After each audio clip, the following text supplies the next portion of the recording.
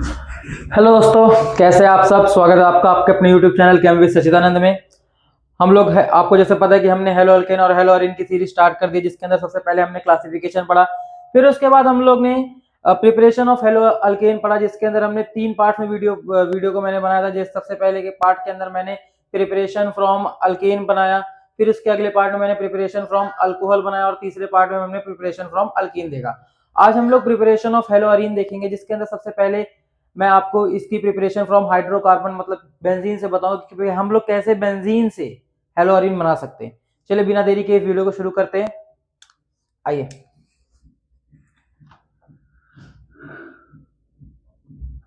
Preparation of हेलोअरीन, preparation of हेलोअरीन, ठीक है। किससे कर रहे हैं? सबसे पहले हम किससे कर रहे हैं? From hydrocarbons. हाइड्रोकार्बन्स में हम स्पेसिफिकली क्या यूज कर रहे हैं? बेंजीन। तो हम लोग बेंजीन से हेलोअरीन बनाएंगे। चलिए देखते हैं कैसे बनाएंगे। होगा क्या? सबसे पहले आप एक बेंजीन ले लीजिए,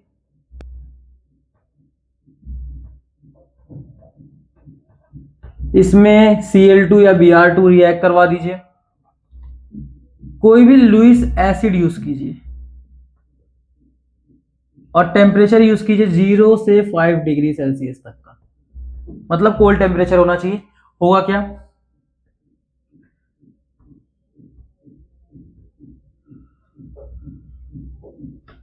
एक क्लोरीन का एटम यहां पे जाके बेंजीन पे जुड़ जाएगा और एक HCl बन जाएगा, ठीक है। ऐसा कुछ होगा, मतलब अगर जो इस रिएक्शन को लिखना चाहे तो क्या बोल सकते हैं हम लोग कि when benzene reacts with chlorine in the presence of a Lewis acid it forms chlorobenzene. इसका नाम क्या है? क्लोरोबेंजीन एंड HCl, ठीक है। इस रिएक्शन को हम लोग इलेक्ट्रोफिलिक सब्स्टिट्यूशन रिएक्शन भी कहते हैं। It is known as electrophilic substitution reaction, ठीक है। आइए इस रिएक्शन की मैकेनिज्म पे जाते हैं, क्योंकि मैकेनिज्म बहुत इंपॉर्टेंट है। क्या होता है वो देखते हैं मैकेनिज्म पे। 3 स्टेप की मैकेनिज्म होती है। स्टेप 1 में क्या होता है? Step 1 formation of electrophile. भाई इलेक्ट्रोफिलिक सब्स्टिट्यूशन है तो इलेक्ट्रोफाइल तो चाहिए रहेगा। तो सबसे पहला स्टेप क्या है? Formation of electrophile. Formation of electrophile, formation of electrophile कैसे होगा? फॉर्मेशन ऑफ इलेक्ट्रोफाइल आइए देखते हैं। जो मैंने Cl का मॉलिक्यूल लिया है, Cl2 लिया हुआ है, उसके बगल में उसके साथ लुईस एसिड में क्या यूज कर रहा हूं? AlCl3। AlCl3 एक लुईस एसिड होता है। लुईस एसिड क्या होते हैं? जो इलेक्ट्रॉन डेफिशिएंट होते हैं। ये बात आपको पता होनी चाहिए कि लुईस एसिड क्या होते हैं? इलेक्ट्रॉन डेफिशिएंट होते हैं। नहीं पता है तो आप समझ लीजिए कि लुईस एसिड क्या होते हैं? इलेक्ट्रॉन डेफिशिएंट होते हैं, ठीक है। ये जो Cl का जो बॉन्ड है ना, इसके अंदर होगी हेट्रोलिटिक क्लीवेज। हेट्रोलिटिक क्लीवेज क्या होती है कि इस बॉन्ड के अंदर जो दोनों इलेक्ट्रॉन हो किसी एक को मिल जाएंगे, इसी को हम लोग बोलते हैं हेट्रोलिटिक क्लीवेज। होमोलिटिक क्या होती है कि बॉन्ड के जो दोनों इलेक्ट्रॉन है एक बराबर बराबर दोनों एटम में बढ़ जाए। लेकिन यहाँ पे क्या होगा? Heterolytic cleavage. तो ये मान लीजिए दोनों इलेक्ट्रॉन इस पे चले गए, ठीक है। क्या होगा यहाँ पे? क्या बनेगा? जैसे यहाँ पे क्या बनेगा? Cl माइनस आ जाएगा। जैसे इस पे इलेक्ट्रॉन के इस पे क्या है? Cl minus. इस Cl माइनस को AlCl3 अपने पास बुला लेगा, क्योंकि ये ऑलरेडी इलेक्ट्रॉन डेफिशिएंट है। क्या बना देगा? AlCl4 माइनस, इसने ले लिया। साथ में क्या बना? Cl plus. इसको हम लोग बोलते हैं chloronium ion. Chloronium ion, chloronium ion कहते हैं हम लोग इसको। क्लोरोनियम आयन यहां से बना। क्लोरोनियम आयन ही क्या है? हमारा इलेक्ट्रोफाइल। स्टेप 2 में क्या होगा? Step 2 attack of electrophile to benzene ring. Benzene ring पे इस इलेक्ट्रोफाइल का क्या हो जाएगा? अटैक हो जाएगा। कैसे होगा चलिए वो भी देखते हैं। आप बेंजीन ले आइए, उसके बगल में क्या रखिए? एक क्लोरोनियम आयन रखिए, Cl प्लस। होगा क्या? ध्यान से देखिए। हमें पता है कि जो बेंजीन के इलेक्ट्रॉन्स है, जो पाई बॉन्ड वाले इलेक्ट्रॉन्स है, वो हमेशा मूवमेंट में रहते हैं, घूमते रहते हैं। मान लीजिए कि ये जो डबल बॉन्ड है ये यहाँ से जस्ट यहाँ पे शिफ्ट हुआ, तो इस वहां पे क्या आया, नेगेटिव। जैसे यहाँ पे नेगेटिव आया, Cl प्लस ने वहां पे जाके अटैक कर दिया, क्या बनेगा देखिए ध्यान से,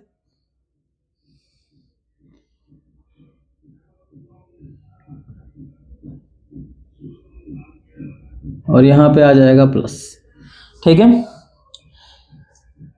अच्छा देखिए ये जो स्ट्रक्चर है इसके अंदर मोबिलिटी अभी भी होगी, जो प्लस चार्ज है घूमता रहेगा, कैसे घूमेगा वो देखिए, ये बॉन्ड आगे की तरफ जाएगा, इसका रेजोनेंस बन रहा है मतलब,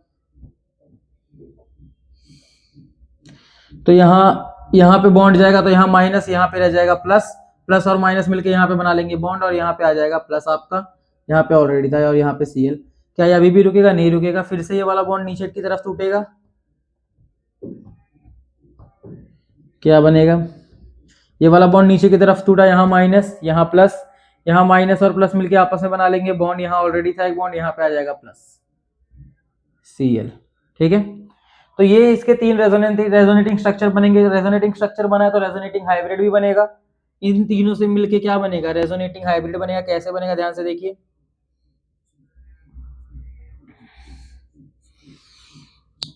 यहाँ पे एक Cl है, यहाँ पे एक Cl है, इन तीनों से मिलकर रेजोनेटिंग हाइब्रिड मैं यहाँ बना दे रहा हूँ, ध्यान से देखिएगा। जो डबल बॉन्ड है, पहले देखिए डबल बॉन्ड कहाँ कहाँ घूम रहा है। डबल बॉन्ड पहले यहाँ पे था, यहाँ पे था, फिर डबल बॉन्ड यहाँ पे आ गया, यहाँ पे आ गया, डबल बॉन्ड यहाँ, मतलब डबल बॉन्ड यहाँ से लेके यहाँ तक पूरी तरीके से घूम रहा है। ठीक है, यहाँ से लेके यहाँ तक घूम रहा है। प्लस चार्ज कहाँ कहाँ पे आया, एक बार यहाँ पे आया, एक बार यहाँ पे आया, और एक बार यहाँ पे आया। आप सोच रहे हैं कि मैंने डेल्टा क्यों लिखा, क्योंकि ये जो प्लस चार्ज है हमेशा उस जगह पे नहीं रह रहा है, कभी रह रहा है कभी नहीं रह रहा है, इसीलिए मैंने क्या लिख दिया, डेल्टा पॉजिटिव। ठीक है, तो ये तीन पोजीशन जो है, ये जो ये पोजीशन, ये पोजीशन, ये पोजीशन, यहाँ पे पॉजिटिव चार्ज आ रहा है। ठीक है, इस चीज को याद रखिएगा, क्योंकि आगे चल के जब हम रिएक्शंस करेंगे तो ये बहुत यूजफुल रहेगी कि पॉजिटिव चार्ज कहाँ कहाँ आ रहा है। ठीक है, इसको हम लोग बोलते हैं भाई सिग्मा कॉम्प्लेक्स। इसको क्या बोलते हैं, सिग्मा कॉम्प्लेक्स, सिग्मा कॉम्प्लेक्स। ठीक है, तो मतलब इस स्टेप के ये जो रिएक्शन होती है इलेक्ट्रोफिलिक सब्स्टिट्यूशन रिएक्शन, जिसके अंदर हम लोग बेंजीन के साथ क्लोरीन रिएक्ट करके क्लोरोबेंजीन बनाते हैं, ये इसके अंदर क्या बनता है, सिग्मा कॉम्प्लेक्स बनता है। ठीक है, कोई कार्बोकेटाइन नहीं बनता, ध्यान रखिएगा, क्या बन रहा है, सिग्मा कॉम्प्लेक्स बन रहा है। आगे चल के स्टेप 3 देखते हैं। स्टेप 3, स्टेप 3 क्या होता है, फॉर्मेशन ऑफ क्लोरोबेंजीन या फॉर्मेशन, रिमूवल ऑफ इलेक्ट्रोफाइल। अच्छा हाँ, removal of H plus, actually formation मत देखिए, रिमूवल ऑफ H प्लस देखिए, रिमूवल ऑफ H प्लस।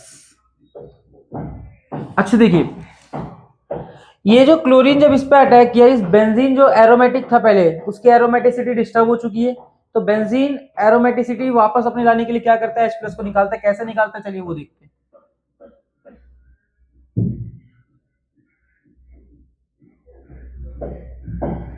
मैंने ये वाला स्ट्रक्चर लिया, ये वाला क्लोरीन। अच्छा देखिए, ध्यान समझिएगा, एक बॉन्ड इधर पे कार्बन के साथ, एक बॉन्ड इधर पे कार्बन के साथ, ये वाले कार्बन ने एक बॉन्ड इधर कार्बन ये वाले कार्बन से बना रखा है, एक बॉन्ड ये वाले कार्बन से बना रखा है, एक बॉन्ड क्लोरीन से बना रखा है, मतलब बचा हुआ एक बॉन्ड किससे बना रखा होगा, हाइड्रोजन से। मतलब यहाँ पे क्या है, एक हाइड्रोजन है। ठीक है, क्या होगा, ये जो AlCl4 था माइनस, जो हमने बनाया था इनिशियल्स में, AlCl4 माइनस, ये क्या करेगा, इस हाइड्रोजन को अपनी तरफ बुलाएगा। क्यों, क्योंकि इसके पास क्या है, Cl माइनस है।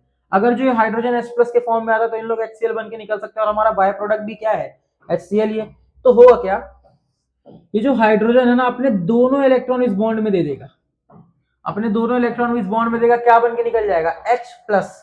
क्या बन के निकलेगा, H प्लस। जैसे इसने दोनों इलेक्ट्रॉन यहाँ पे दिए अपने बॉन्ड में, तो यहाँ पे क्या आ गया, डबल बॉन्ड, यहाँ पे आ गया डबल बॉन्ड, यहाँ पे है क्लोरीन, और यहाँ पे क्या है, H प्लस बन के निकला H प्लस, और यहाँ से मिला Cl माइनस, क्या बन गया, HCl, और साथ में क्या मिल गया, AlCl3, क्लोरोबेंजीन बन के तैयार है। ठीक है, तो इस तरीके से हम लोग इस रिएक्शन के मैकेनिज्म को देखते हैं। इससे क्वेश्चंस बहुत इंपॉर्टेंट होते हैं, जैसे कि सबसे पहला जो इसमें क्वेश्चन बनता है ब्रो, पहली बात मैं आपको बता देता हूँ, ल्यूइस एसिड कौन कौन से हम ले सकते हैं। कौन कौन से हम लुईस एसिड इस रिएक्शन के अंदर ले सकते हैं। इंपॉर्टेंट जो है वही बताऊंगा मैं आपको। हमने लिया AlCl3 ले सकते हैं, FeCl3 ले सकते हैं, FeBr3 ले सकते हैं, FeCl2 भी ले सकते हैं, FeBr2 भी ले सकते हैं, AlBr3 भी ले सकते हैं, ZnCl2 भी ले सकते हैं और ZnCl3 भी ले सकते हैं, Cl2 या फिर ZnBr2। इतने तरीके के लुईस एसिड हम लोग इस रिएक्शन में यूज करते हैं, सब ऐसे ही काम करेंगे, ठीक है। दूसरी चीज इसके आगे वाली बात यह है कि जैसे मान लीजिए अगर जो कोई बोले कि भाई बेंजीन ले लो और आयोडीन के साथ ये रिएक्शन करवा दो, AlCl3 के प्रेजेंस में आयोडीन के साथ ये रिएक्शन करा दो, तो रिएक्शन तो सबसे पहले कर देना जो जैसा अभी तक किया वैसा सेम रिएक्शन करना है। यहाँ पे आयोडीन जोड़ दो और साथ में HI बना दो। लेकिन हमें पता है, याद कीजिए क्लासिफिकेशन के बाद जो पहला मैंने प्रिपरेशन का पार्ट बताया था फ्री रेडिकल मैकेनिज्म, उसके अंदर मैंने बताया था कि HI क्या होता है, एक स्ट्रॉन्ग रिड्यूसिंग एजेंट होता है। ये स्ट्रॉन्ग रिड्यूसिंग एजेंट, अब स्ट्रॉन्ग रिड्यूसिंग एजेंट और रिएक्शन को क्या कर देगा, रिवर्सिबल कर देगा। तो ये रिएक्शन कैसी हो जाती है, रिवर्सिबल है, तो वापस से रिड्यूस करके वापस से सेम मेरा रिएक्टेंट बना देगा। तो इस केस में, इन दिस केस हम क्या यूज करते हैं, हम यूज करते हैं वी यूज कंसंट्रेटेड HNO3 और concentrated H2SO4 instead of AlCl3, ठीक है। अगर जो हम ये यूज करेंगे तो रिएक्शन रिवर्सिबल नहीं होगी, क्योंकि ये लोग क्या होते हैं, स्ट्रॉन्ग ऑक्सीडाइजिंग एजेंट होते हैं। तो ये जो रिड्यूसिंग एजेंट है इसके इफेक्ट को न्यूट्रलाइज कर देंगे और नॉर्मल सिंपल रिएक्शन हो जाएगी स्ट्रेट के फॉरवर्ड डायरेक्शन में। अब देखिए एग्जाम में इससे क्वेश्चन क्या बनता है। अच्छा, एक और चीज इसमें मैं आपको बता दूं कि fluorobenzene can not be prepared by this method. इस मेथड से हम लोग फ्लोरोबेंजीन नहीं बना सकते, प्रिपेयर्ड बाय दिस मेथड। अब एग्जाम में देखते इससे क्वेश्चन कैसे बनता है। देखिए बोलेगा भाई कि एक टालुइन है, मतलब कोई सब्स्टिट्यूएंट ऑलरेडी जोड़ देगा, ठीक है, और बोलेगा क्लोरीन के साथ रिएक्ट करा दो AlCl3Al की प्रेजेंस में। अब ध्यान से देखिए रिएक्शन में होगा क्या, ये क्लोरीन कहाँ जुड़ेगा, वापस से इसमें आ जाइए मैकेनिज्म के अंदर। मैकेनिज्म का जो सेकंड स्टेप था, इसमें पॉजिटिव चार्ज कहाँ कहाँ आ रहा था, पॉजिटिव चार्ज कहाँ कहाँ आ रहा था, पॉजिटिव चार्ज आ रहा था यहाँ पे, यहाँ पे और यहाँ पे, ठीक है। ये ऑर्थो पोजीशन पे, पैरा पोजीशन पे, ऑर्थो पोजीशन पे, ठीक है। और जो CH3 जो होता है, जो CH3 ग्रुप होता है वो ऑर्थो पैरा डायरेक्टिंग ग्रुप होता है। मतलब जो क्लोरीन जुड़ेगा वो कहाँ पे जाके जुड़ेगा, ऑर्थो पे और पैरा पे। मतलब या तो ये प्रोडक्ट बनेगा और ये प्रोडक्ट बनेगा,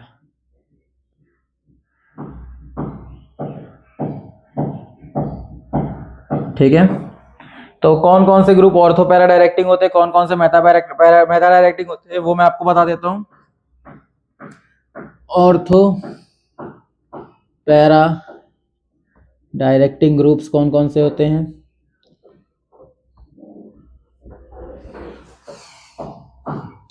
एक है मेरा कोई भी अल्काइल ग्रुप आ जाए, ठीक है, कोई भी अल्कोहल ग्रुप आ जाए, OCH3 ग्रुप आ जाए या NH2 ग्रुप आ जाए, ये सब ऑर्थो पैरा डायरेक्टिंग ग्रुप होते हैं। मतलब ये कहाँ पे पोजीशन, कौन कौन से पोजीशन पे लाके जोड़ेंगे मेरे क्लोरीन को, या तो ऑर्थो पे या तो पैरा पे, या तो ब्रोमीन को ऑर्थो या पैरा पे जोड़ेंगे, ठीक है। इसके बाद क्या होते हैं, मेटा डायरेक्टिंग ग्रुप।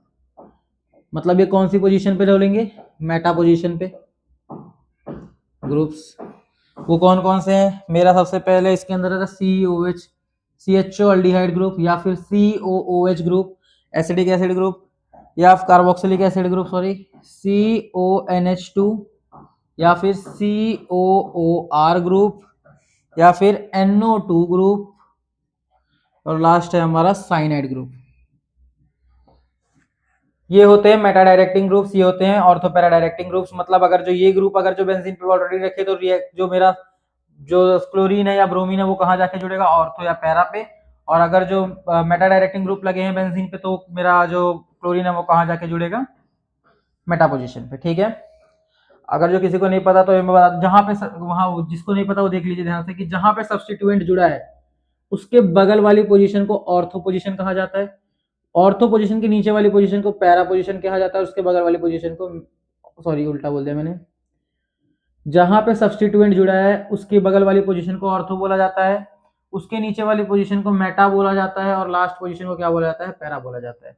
तो बेंजीन में कौन से ग्रुप्स ऑर्थो पैरा डायरेक्टिंग है मैंने वो बता दिया, और कौन से ग्रुप मेटा डायरेक्टिंग है वो बता दिया। आई होप आपको इससे बहुत सारी क्लियरिटीज आ गई होंगी। तो ठीक है, इस वीडियो को मैं यहीं पे एंड करता हूँ। अगले वीडियो में हम लोग प्रिपरेशन फ्रॉम टॉलुइन देखेंगे कि हम लोग कैसे टॉलुइन से बनाएंगे, जो बहुत इंपॉर्टेंट है हमारे बोर्ड पर्सपेक्टिव से, क्योंकि इसके अंदर बेंजीन डाइजोनियम सॉल्ट बनता है और वो बहुत सारे अलग अलग प्रोडक्ट बनाने में यूजफुल होता है। तब तक के लिए वीडियो को लाइक कीजिए, शेयर कीजिए और सब्सक्राइब कीजिए। Thank you very much.